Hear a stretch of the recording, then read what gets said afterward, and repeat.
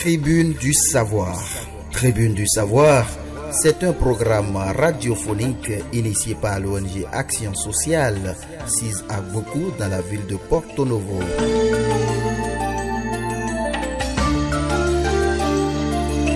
Tribune du savoir, c'est dans le cadre de la mise en œuvre du projet d'autonomisation des adolescents grâce aux compétences de vie du savoir. L'ONG Action Sociale vous donne l'information pour savoir bien agir socialement et financièrement. Aimable amis auditeurs, auditrices de la 92.9 en bande FM, vous écoutez Radio Scolaire Éducative de Piadiara.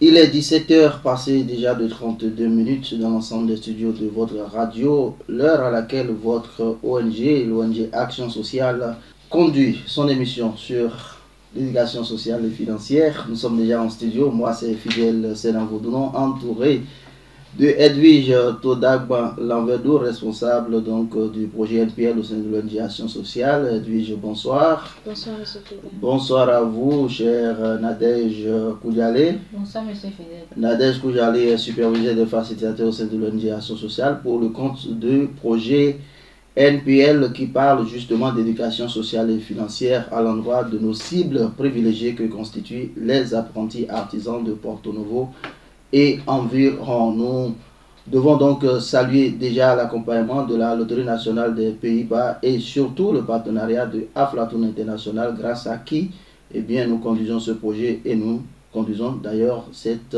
présente émission. Chers amis du bout des ondes, ce soir nous allons continuer sur notre thématique portant sur mon entreprise. Nous allons parler entreprise une fois encore ce soir avec le soutien technique de Jean Jaurès Carlos Ayadoku qui nous accompagne techniquement donc sur le numéro de ce jour. Et je voudrais commencer bien évidemment par le rappel des notions de la dernière séance qui portait donc sur le montage du business plan. Je voudrais demander à Edwige Todagba Lanverdour de bien vouloir nous rafraîchir la mémoire, à moi et à nos amis auditeurs et auditrices. Alors, bonsoir, monsieur Fidèle. Bonsoir. La dernière fois, nous avions parlé du business plan, comment rédiger un business plan, et nous avons aussi nous avons mis l'accent sur les objectifs SMART d'un business plan. Votre business plan doit respecter certains critères et surtout votre objectif doit respecter les objectifs SMART, c'est-à-dire spécifiques, mesurables, atteignables, réalisables, et doit être fait en un temps opportun. Donc, pour rester dans le tempo, comme diraient les musiciens. Oui. Il y a un temps pour chaque chose, comme dirait aussi l'Ecclésiaste. Oui. D'accord. Donc c'est ça que nous avons parlé la dernière fois. Voilà. Nadège, je n'avais pas quelque chose à ajouter. Bon, pour compléter ce que Madame Madina a déjà parlé, on a abordé aussi, comme elle a dit, le business plan et ses composantes. Il parle de l'introduction, des buts objectifs, les personnes intéressées, le marketing, le financement et bien sûr la production. Et nous avons eu à expliquer, donner des exemples pour chacune de ces composants. Voilà qui est clair pour l'ensemble des auditeurs de l'émission Tribune du Savoir. Nous sommes en plein dans la notion d'entreprise, la notion d'entrepreneuriat, son contenu ou ses contenus et comment s'y prendre bien évidemment en tenant compte des principes de l'éducation sociale et financière. Et donc le décor ainsi planté, nous allons nous intéresser à la même thématique mais dans d'autres détails. Nous allons dire alors quelles sont maintenant les prochaines étapes après l'élaboration du business plan. Nous supposons avoir déjà élaboré notre business plan dans la mesure du possible. Alors quelles sont les prochaines étapes pour le jeune, l'adolescent et même l'adulte qui a donc déjà élaboré son business plan. Edwige? Oui, monsieur Fidèle. Alors, après l'étape de l'élaboration du business plan, nous passons à l'étape de la distribution des rôles et des responsabilités. Au sein de l'entreprise, bien entendu. Oui, bien sûr. À ce niveau-là, nous avons des sous-étapes. Nous avons une procédure à suivre. là, on utilise la méthode de brainstorming pour organiser un peu. C'est-à-dire, à partir de la méthode de brainstorming, on fait une liste de toutes les activités, les tâches nécessaires pour l'entreprise à fin social ou financière. Alors, à partir de là, on fera la répartition des priorités. On fera le dispatching entre les priorités. C'est-à-dire le travail à faire, on a déjà une vision claire du travail à faire. Maintenant, il faut les répartir par ordre de priorité. Ce qu'on doit faire avant l'autre et ainsi de suite. Ainsi de suite.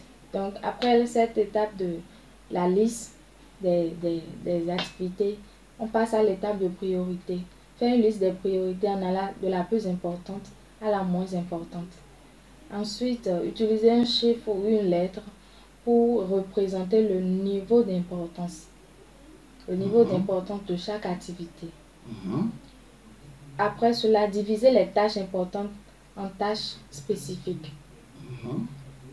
Après cette étape de priorité, nous passons à l'étape de temps. Le temps.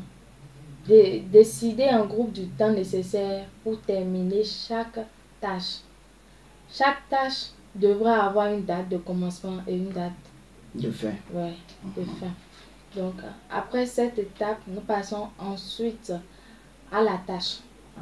À la tâche, on demande au groupe d'attribuer des tâches à chaque membre du groupe. Puisque c'est, disons, une entreprise en groupe, chaque membre, selon ce qu'il a dressé devant lui, distribue les rôles. Donc, on a un leader du groupe qu'ils ont choisi de commun accord. Un leader, voilà, qui peut aider à distribuer les rôles, les tâches. Et faire, pourquoi pas, les arbitrages nécessaires en son temps. D'accord. La dernière étape dans la répartition des tâches, c'est se souvenir des forces et faiblesses FPM. On en avait parlé il y a 2 semaines. Voilà, donc on doit se souvenir de cette analyse et essayer de distribuer les tâches selon les forces de chaque membre du groupe. D'accord. On tient compte en quelque sorte, si j'ai bien compris, des potentialités de chaque membre du groupe. Exactement. Et c'est d'ailleurs en fonction de ça qu'on lui confie des tâches. Voilà. Et d'où l'importance de la méthode force, faiblesse, possibilité et menace. Voilà. Donc ça ne s'applique pas, si je vous comprends bien, seulement au travail à faire, au projet. Ça s'applique aussi à la personne, à la personne impliquée, les personnes intéressées, les personnes membres de l'entreprise. D'accord. Ben, merci beaucoup. Je retiens que de votre explication, il est question de faire en sorte que les choses soient le plus détaillées possible. Exactement. En réalité, c'est ce que je suis en train de comprendre, parce qu'au-delà des priorités dégagées, il faut maintenant classer même à l'intérieur des priorités et bien l'ordre d'exécution des tâches. Nadège, que j'allais envie d'ajouter quelque chose apparemment. Oui, alors pour compléter ce que Madame Madivna a dit, c'est que une fois que nous avons notre business plan, il faut convenir d'une date précise à laquelle il faut atteindre chaque objectif, chaque but. Et pour atteindre des objectifs, il faut passer à des étapes structurées, attribuer des rôles à chacun d'entre à chaque membre du groupe de l'entreprise, afin de s'assurer de l'avancement du projet. Et quand on est en groupe, il faut savoir bien gérer le temps. Sinon, on passerait toute la journée à discuter, à discutailler, même sans vraiment avancer. Cela permet d'atteindre les objectifs. Et pour pouvoir atteindre les objectifs, tout en gérant bien son temps, comme elle a développé, il faut élaborer précisément un calendrier de projet. Et voilà, c'est du calendrier de projet qu'elle a fait. Par exemple, elle a donné les détails, l'organisation, les priorités, le temps et autres. D'accord. Alors, toutes ces explications, c'est assez bien clair, hein, à mon niveau en tout cas. Mais la question qui se pose, est-ce que ceci s'applique à tous les types d'entreprises? C'est la question que je me pose, hein, pour dire, mais est-ce que vous ne vous êtes pas seulement focalisé sur le cas où moi, personnellement, je parlais dans nos précédentes émissions de l'entreprise collective? Est-ce que ce n'est pas seulement dans ce cas de figure, mais quand bien même c'est une entreprise individuelle, on doit pouvoir suivre toutes ces étapes? Je voudrais comprendre un peu. Oui, quand bien même c'est une entreprise individuelle, on doit suivre ces étapes, parce que la personne qui veut mener à bien son entreprise mais même qu'étant seul, il doit essayer de définir les tâches, les priorités, dans les tâches les plus importantes, les activités à réaliser les plus importantes jusqu'aux moins importantes, afin de définir une date, le calendrier du projet. Il doit pouvoir faire le calendrier du projet. Et même s'il est seul, il aura besoin de recruter des gens, ou bien d'appeler, il aura besoin de la main-d'œuvre forcément. Donc il doit distribuer des tâches, des rôles à chaque membre de son entreprise. Et voilà, même s'il est seul, même s'il commence seul, il doit pouvoir avoir ce calendrier-là et il doit pouvoir répartir les rôles dans son entreprise de telle manière que même si c'est lui qui produit, il sait qu'il est dans son rôle de producteur.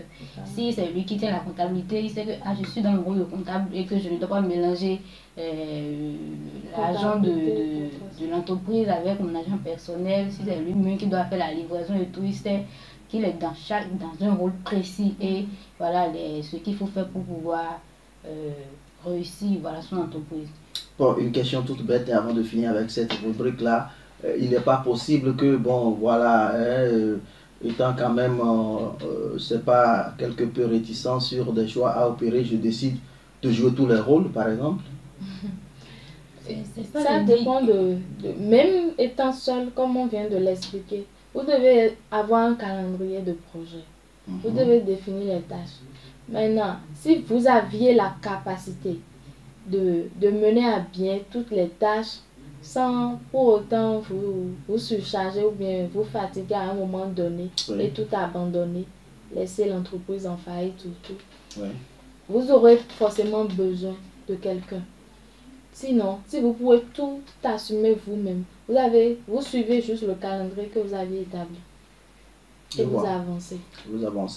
Je pense que j'ai déjà ma réponse et puis je pense que c'est totalement impossible de tout faire tout seul parce que l'idéal même, suivant les principes de l'éducation sociale et financière, c'est de pouvoir aller en groupe. À défaut d'aller en groupe, même quand on est seul, il faut forcément bien s'assurer l'accompagnement des gens qui sont tout au moins techniquement aptes ou socialement aptes à accompagner la dynamique de cette entreprise-là. Je crois que c'est bien assimilé. Aimables amis auditeurs et auditrices de la radio scolaire et éducative, vous suivez votre émission Tribune du Savoir. Vous avez la possibilité, pour ceux qui le désirent, de nous joindre directement sur cette émission sur les 90 75 75 60 98 08 06 08. Je reprends 90 75 75 60 ou 98 08 06 08 pour vos questions, vos apports sur cette émission et plus particulièrement sur la thématique de la création d'entreprises qui nous intéresse en ce moment. Alors, j'ai déjà réalisé mon business plan, je sais déjà quelles sont les prochaines étapes, en l'occurrence la distribution des rôles et des responsabilités. Alors, qu'est-ce que je recherche à présent? La valeur ajoutée. C'est quoi la valeur ajoutée dans tout ça? La valeur ajoutée, on apprend là qu'en plus de fabriquer un produit ou un service, une entreprise peut aussi faire des bénéfices en ajoutant de la valeur à un produit ou à un service déjà existant. Un exemple. Oui, voilà. Vous trouvez un moyen de rendre votre produit, comme on donnait l'exemple de la dernière fois de la vendeuse de bouillie. De la bouillie, oui. Voilà. Il y a déjà des vendeuses à côté, ou bien pas loin, qui vendent de la bouillie. Mais comment elle peut ajouter une valeur, comment elle peut rendre plus spécifique, plus unique ce qu'elle veut vendre. Peut-être en ajoutant d'autres bouillies, ou bien agir sur le facteur temps. Donc ça dépend. Ça dépend du produit ou du service que vous voulez rendre. Vous analysez. Vous avez déjà fait votre étude du marché, donc vous analysez en fonction de ça ce que les autres font. Qu'est-ce que moi je peux ajouter de nouveau et améliorer ce que je fais pour jouer sur ça afin de pouvoir se distinguer par rapport à ce qui se fait déjà. Voilà. Et là, le côté coût, vous jouez aussi sur ça. Puis à base de ça, vous aurez un peu plus de revenus, peut-être plus que les autres. Ok, je vois. Mais je pense que, oui, je viens à vous, Nadège Kouya, je pense que là-dessus, il ne s'agira pas que du produit. il y a beaucoup de facteurs ouais. qui rentrent en ligne de compte. Vous allez faire des facteurs temps, on peut parler, on peut jouer sur le facteur temps. C'est-à-dire si c'est à 16 h l'autre pli bagage, il faut que je calcule pour savoir qu'à partir de 17 h je dois être opérationnel et donc garder donc la clientèle jusqu'à une certaine heure. Alors si l'autre ne fait que de la bouillie de maïs, c'est que moi je dois pouvoir donner d'autres choix à la clientèle pour multiplier les options, si c'est de la bouillie de mil ou de sorgho, ainsi de suite. Je crois que c'est de ça qu'il s'agit. Et la même chose peut se transposer pour ce qui concerne les services aussi. Si par exemple c'est un service où il n'y avait pas de service de livraison, je peux créer donc un service de livraison qui... Ça dépend de l'étude de marché que vous aviez fait au préalable. Vous aviez examiné, vous aviez analysé le marché, le terrain. Vous aviez déjà vu la concurrence, ce qu'eux ils font. Et voilà, en fonction de ça, vous voyez si je peux ajouter quelque chose de nouveau pour que mon produit ou mon service soit unique. D'accord. Je pense que Nadège Koujari n'a pas oublié parce que je voyais qu'elle avait une idée à ajouter pendant que vous finissiez, que je faisais la relance. J'espère qu'elle n'a pas oublié ce dont elle voulait parler. Je voulais juste appuyer son explication. Oui, allez-y, allez-y. La valeur ajoutée. En plus du temps, il y a aussi la production, la quantité. Parce que si celle qui est à côté, elle produit moins que moi, ou bien soit ce qu'elle produit ne suffit pas vraiment à la clientèle qui est autour. C'est que je suis capable de produire plus qu'elle pour pouvoir satisfaire tout le monde, il faut le faire. Et je voulais prendre un exemple pour pouvoir expliquer la valeur ajoutée. Je connais une dame, on connaît tous une dame qui fait les jus de bissap. Généralement, c'est que les jus de bissap, c'est dans des petits bidons de 0,5 litres là. Elle a qui ne sont pas des bidons, c'est pas spécifique, on peut réutiliser les bidons d'autres produits. Voilà, elle a de petits gobelets en plastique avec des verres jetables avec un couvercle en sachet qu'ils font avec une machine et des paillettes qu'elle met dedans, et des pailles pardon. Donc c'est beaucoup plus unique, c'est esthétique. Genre tu peux traîner en ville avec que de traîner un bidon de 0,5 en main et tout, voilà. C'est beaucoup plus apprécié. Oui, c'est d'autant plus important que celui qui fait l'offre justement de bissap en bidon, ce n'est pas des bidons spécifiques à son entreprise, c'est des bidons d'autres produits qu'on récupère. Je n'ai pas envie de faire de la publicité s'il vous plaît. Donc qui récupère et pour donc recycler en quelque sorte. Alors que pour le cas dont vous parlez là, c'est donc l'entrepreneur même qui a son propre emballage. Il peut donc étiqueter ça et ça fait quand même une certaine reconnaissance de marque pour cette entreprise. Et ça tranche aussi avec ce qui se fait et ça fait aussi quand même un peu plus esthétique que les autres. On présente ça à des cérémonies. C'est plus facile de présenter ça même à des cérémonies. On sait qu'un bissap en bidon de 0,5, on ne prend pas le risque. Et puis il y a un avantage par rapport à la quantité aussi. Je ne suis pas sûr que ce qui est dans le gobelet hermétiquement fermé soit de 0,5 forcément. Non, pas du tout. Voilà. Donc la valeur ajoutée, ça a son sens. Voilà, parce ça permet de faire un bénéfice comme elle a dit tout à l'heure. Voilà. Donc il y a beaucoup de paramètres qui rentrent donc en ligne de compte.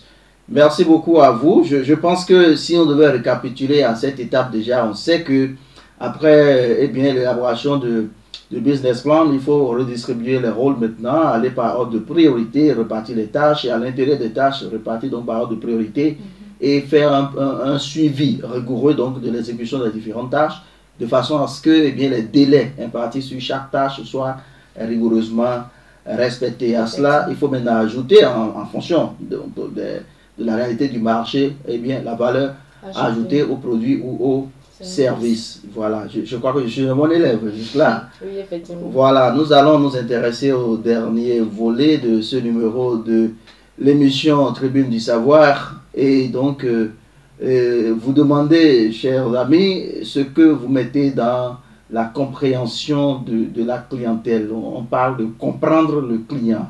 De quoi vous parlez dans cette sous-session-là? Ok.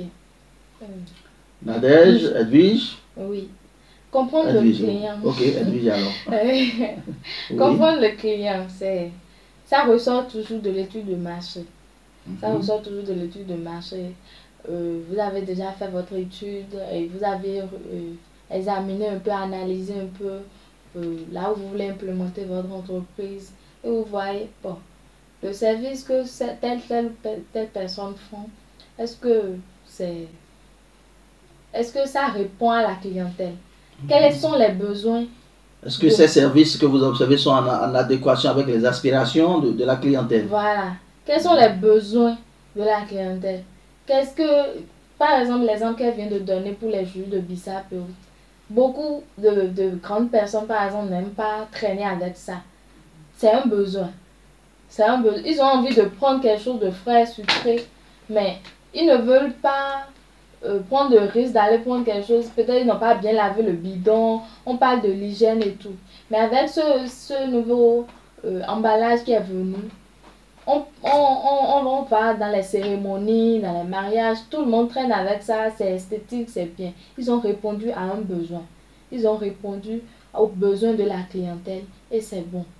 Donc, il faut comprendre le client, chercher à savoir quels sont les besoins de la clientèle, ce qu'ils veulent réellement, quel est le problème qui se situe là. Et en fonction du problème, si vous arrivez à ressortir le problème grâce à l'étude de marché, vous sortez une solution adéquate. Alors moi, mon souci dans tout ça, c'est que vous semblez ramener tout aux exigences de la clientèle et des solutions à envisager pour justement répondre donc à ces aspirations de la clientèle. Mais pensez-vous que ceci est systématiquement possible pour l'entrepreneur, le jeune entrepreneur? Parce que je me dis, les services ajoutés, les services à valeur ajoutée, les adaptations à faire ont certainement un coût. Alors pensez-vous qu'on devrait réfléchir devant toutes les aspirations de la clientèle ou bien il y a une juste mesure à observer? Il y a une juste mesure, effectivement. Parce que c'est en fonction de ce que vous voulez faire que vous allez faire l'étude de marché. Voir ceux qui... Vous n'allez pas répondre à tous les besoins, ça c'est clair. Mais en fonction de ce que vous voulez faire, vous allez faire l'étude de marché, voir quels sont les services qui sont déjà disponibles sur le marché. Donc en fonction de ça, vous voyez, mais quels sont les besoins réels de la population face à ce service-là. Et grâce à cette étude de marché, vous établissez maintenant vos règles, vos activités, vos tâches, etc. pour pouvoir répondre un tant soit peu à ce besoin-là. Donc vous ne pouvez pas dire que vous allez répondre, vous allez fléchir genoux à tous les besoins de la population, non. Je ne pense pas il faut donc tenir compte d'abord de son plan de départ. De son plan de départ. Ses possibilités et puis donc la force financière aussi de l'entreprise de pouvoir répondre à ceci ou à cela. Et surtout, j'imagine, les soucis de rentabilité. Est-ce que ceci permet de rester dans une dynamique de rentabilité de l'entreprise, je suppose? Voilà, effectivement. D'accord. Grâce à ça, vous faites le tri. On essaie de trouver le juste milieu pour pouvoir déceler la bonne solution pour la vie aussi bien de l'entreprise que la notoriété de l'entreprise donc face aux exigences du marché. Je voudrais insister un peu plus sur la compréhension de la clientèle pour demander à Nadège Koulialé, est-ce qu'il n'est pas possible déjà donc d'identifier les différentes sortes de clients, ou bien ça vient en amont, après en aval, j'allais dire après le lancement du produit? C'est-à-dire comment on doit se positionner par rapport à ces désirata de la clientèle? Est-ce que c'est déjà pendant l'étude du marché qu'on doit pouvoir faire cette identification, ou bien il faut la faire après avoir lancé le produit, quitte à faire des réajustements? Je voudrais comprendre un peu, c'est un peu flou à mon niveau par rapport à ces précisions. Je suppose que c'est comme ça aussi pour le jeune entrepreneur qui n'a pas peut-être forcément confié son étude de marché à un cabinet, ou bien puisqu'il n'en a pas encore les moyens, il est obligé de prendre des initiatives par lui-même ou par les membres de son groupe. Alors, quelles sont les astuces, quelles sont les idées que vous avez envie de partager avec nous sur ces projections-là par rapport donc aux réalités, parce que c'est surtout ça qui fait tomber les entreprises, puisqu'elles ne sont pas souvent préparées aux réalités du marché, et face à ces réalités du marché, comment il faut vraiment s'y prendre. Je voudrais qu'on discute un peu sur ces questions avant la fin de cette émission. Alors d'abord, déjà qu'on a une idée d'entreprise, on sait à peu près on connaît à peu près la cible, les potentiels clients. L'étude de marché permet beaucoup plus de connaître les réels besoins du client. Par rapport à ce qui est déjà disponible sur le marché, comme elle a dit. Connaître la concurrence. Si, comme on prend l'exemple toujours de jus de bissap, le jus de bissap est déjà produit. Et que voilà, j'ai envie de me lancer aussi dans le jus de bissap, mais je vois que celle qui le fait à côté de moi ne le fait pas bien ou bien ne satisfait pas vraiment la clientèle, et que j'ai envie de me lancer dans le jus de bissap. Moi, mon étude de marché va consister à une enquête auprès de ces clients-là. Est-ce que ce que celle qui est à côté fait vous satisfait? Voilà, le niveau de satisfaction. Voilà, le niveau de satisfaction. Est-ce que vous auriez aimé qu'il soit amélioré au niveau de ce produit-là ou de ce service-là? Tous ces renseignements-là me permettent de pouvoir améliorer mon produit. Donc, c'est pas forcément après production que on fait l'étude de marché. Oui, je peux faire une étude de marché avant production. Et après avoir produit, je vais dire, la place de mon produit sur le marché. La tendance. Voilà, la tendance de mon produit sur le marché. Si je vois que ça prend ou si ça ne prend pas, je peux encore faire une étude de marché. Demander à ceux qui consomment quels sont vos avis. Voilà, leur avis. Ce qu'ils aiment, ils auraient aimé que je change au niveau de ma production et tout. Donc l'étude de marché, ce n'est pas que après la production. C'est aussi bien avant et après la production. Ça vous permet de connaître la place de votre produit sur le marché, de savoir par la suite ce qu'il faut faire pour améliorer de plus en plus votre produit. La production. Merci beaucoup. Oui, Edwige, c'est bon, ça peut aller? Oui, ça peut aller. Disons que l'étude de marché se fait d'abord avant le lancement du produit. Et après le lancement du produit, au cours de votre activité, au cours de l'exécution des tâches, vous devez faire aussi une autre étude. Ça vous permet de faire une évaluation à mi-parcours de l'évolution de votre entreprise. D'accord, d'accord. Donc je pense que c'est assez clair, hein? De sorte qu'il est question d'adaptabilité, de créativité, et donc dans le développement du produit. Quand nous restons par exemple dans l'exemple de la production de bissap, il faut voir, est-ce qu'il faut essayer de faire des cocktails, ajouter du citron, ou bien faire ça avec de l'ananas. On peut donc explorer. Il est question d'être créatif, en fait, si je résume un peu vos idées, pour bien faire quelque chose, offrir quelque chose qui soit à chaque fois différent et attrayant, beaucoup plus attrayant par rapport aux différentes offres sur le marché. 30 minutes, c'est vite passé, hein, sur cette émission. Nous sommes pratiquement à la fin de cette édition de Tribune du Savoir. Juste quelques 15 secondes pour nous dire comment ça se passe sur le terrain avec les facilitateurs, les cibles. Edwige? Oui, alors ça se passe très bien. Nous avançons comme prévu, ou bien plus que prévu. Ça se passe très bien sur le terrain. C'est rassurant. C'est rassurant, vraiment. Merci beaucoup. Je voudrais profiter pour remercier l'ensemble des différentes équipes de mise en œuvre du projet d'autonomisation des adolescents grâce aux compétences de vie et à l'éducation sociale, et j'ajouterai financière. Au niveau de l'ONG Action Sociale, saluer les responsables ainsi que nos différents partenaires, en l'occurrence Aflatoon International et la Loterie Nationale des Pays-Bas qui accompagnent financièrement donc ce projet. Remercier la radio scolaire éducative, l'ensemble des responsables qui nous soutiennent dans la mise en œuvre donc de ce projet à travers la production de cette émission Tribune du Savoir, dont le numéro de ce jour prend déjà fin. Je voudrais remercier pour finir Jean Jaurès, Carlos Ayadokoum pour nous avoir accompagnés techniquement. Bien des choses à chacun et à tous. À jeudi prochain, ce sera à partir de 17h30 sur la 92.9 en bande FM. Tribune du Savoir. Tribune du Savoir, c'est un programme radiophonique initié par l'ONG Action Sociale, sise à beaucoup dans la ville de Porto Novo.